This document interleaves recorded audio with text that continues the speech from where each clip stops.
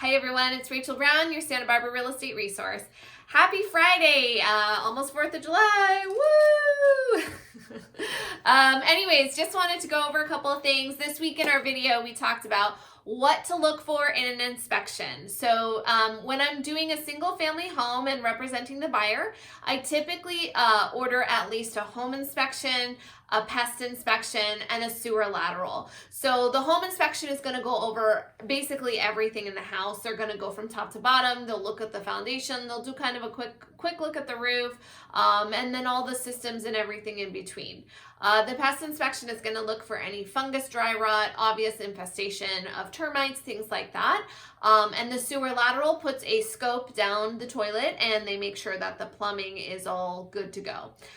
So I start off with those three, and typically the home inspector will, depending on the home, a lot of homes here are older, so sometimes they'll call out an extra inspection that's needed. Maybe it's foundation, maybe the roof is looking older and they need someone to do a more thorough examination of those, and just kind of go from there.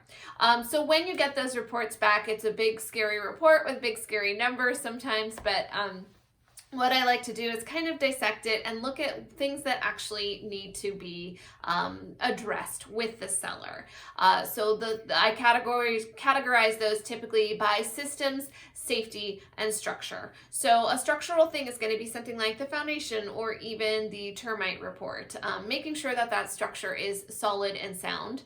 The systems are going to be things like electrical, plumbing, etc., and making sure, because these are the big ticket items that we're talking about. There's also safety things. Sometimes there's an anti-tip that needs to be put onto the oven, or a gas leak, something like that you definitely need to address right away. And even if the seller is not willing to work with you on those things, you definitely want to take a look at those once you move into the house and get those things fixed right away. So once you get that report back, you typically go back to the seller, and that's when you can try to negotiate, because maybe you made an offer based on a certain price, but you didn't know that a big ticket item like, the electrical had to be completely redone for $15,000, something like that. So you go back to the seller and you see if they will negotiate with you on those things. And that's kind of your second round of negotiations. So if you want to see the full video with some more details, go to my Instagram or go to my Facebook page. The links are below in the email. Second thing we're going to talk about today is the interest rates. So interest rates right now for conforming loans are 2.875, and for a jumbo loan it is 3.125. So again, these are historic lows. It's a great time to take advantage of that.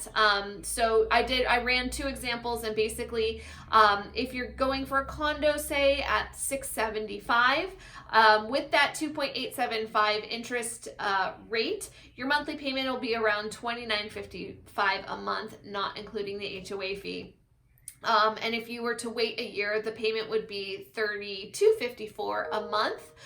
So that actually, if you were to pay that $32.54 a month, your purchasing power could, if you qualify for that payment, your purchasing power actually goes up by $65,000, and you can afford a $740,000 condo right now with that low interest rate.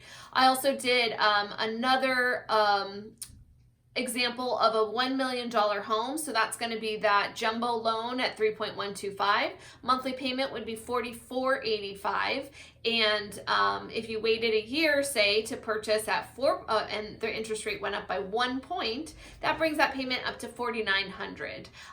So if you can qualify for that $4,900 a month, right now you could actually buy a $1.1 million home. So that gives you $100,000 worth of purchasing power. What am I getting at with all this? It's a great time to buy. You have extra purchasing power because of this low interest rate. So anyways, I hope that was helpful. I hope you guys have a happy and safe 4th of July. Wear your masks, stay away from crowds. Have a good one, and I'll see you next week.